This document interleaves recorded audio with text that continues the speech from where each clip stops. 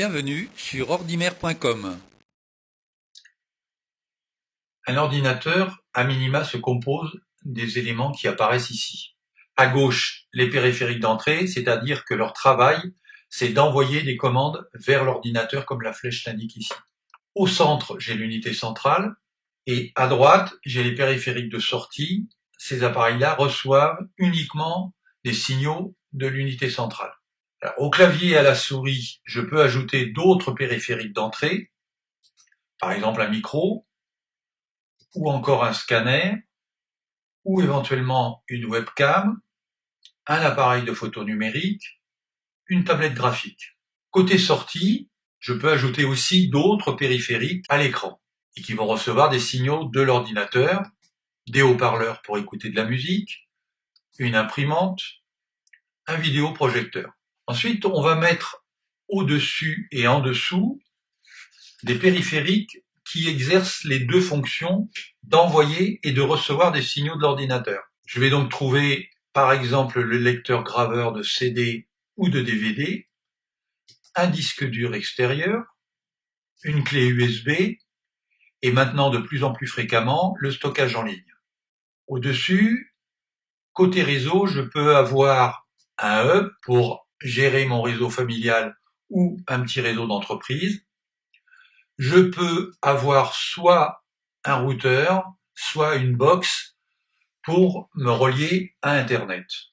Le patron de tous ces échanges entre les périphériques d'entrée, les périphériques de sortie et les appareils qui envoient et reçoivent des signaux de l'ordinateur, c'est le système d'exploitation qui va le faire. Le plus connu actuellement, c'est Windows 8. On a connu Windows 7, mais il en existe d'autres, par exemple OS X pour les Macintosh, Android sur les tablettes ou iOS 8 sur l'iPad. Maintenant, si j'ouvre mon unité centrale, j'ai dedans des composants qui communiquent également entre eux. La carte mère, le processeur, la mémoire vive, le disque dur qui contient tous les programmes informatiques et toutes mes données, la carte graphique pour produire une belle image sur mon écran, un lecteur DVD ou de CD et l'alimentation électrique.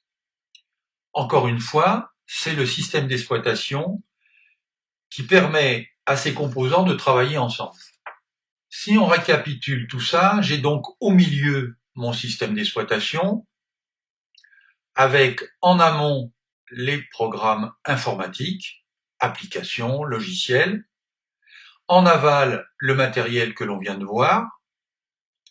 Ainsi, par exemple, lorsque je saisis un texte à partir de Word, j'utilise mon clavier pour saisir ce texte et c'est le système d'exploitation qui va envoyer le résultat de mon travail sur un écran, ou encore c'est lui qui va permettre de sauvegarder le texte que j'ai saisi sur le disque dur ou de l'envoyer à l'imprimante.